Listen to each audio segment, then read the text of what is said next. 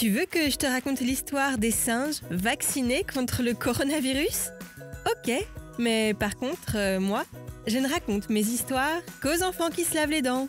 Donc attrape ta brosse à dents, ton dentifrice, et le hot, jusqu'à ce que l'histoire soit terminée. 3, 2, 1, 0.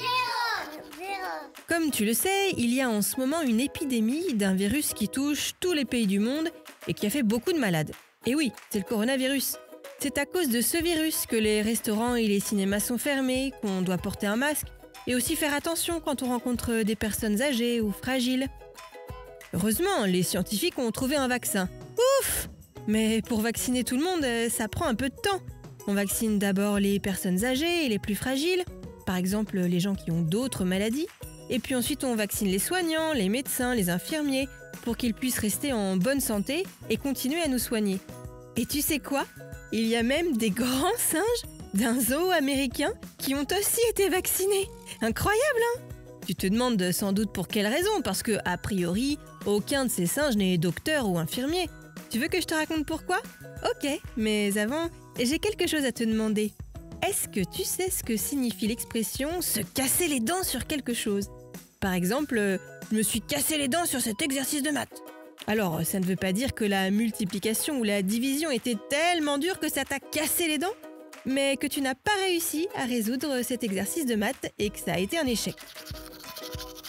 Pour en revenir à nos grands singes qui ont été vaccinés, en fait, ils n'ont pas reçu le même vaccin que les humains, mais un vaccin spécialement mis au point pour les animaux.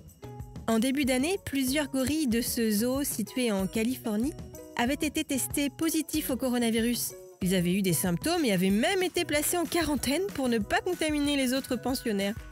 Parmi les heureux bénéficiaires du vaccin, il y a 5 bonobos et 4 orang-outans, dont une femelle qui s'appelle Karen et qui avait déjà été, il y a plusieurs années, le premier primate non humain à subir une opération à cœur ouvert. Tous les singes vaccinés vont très bien.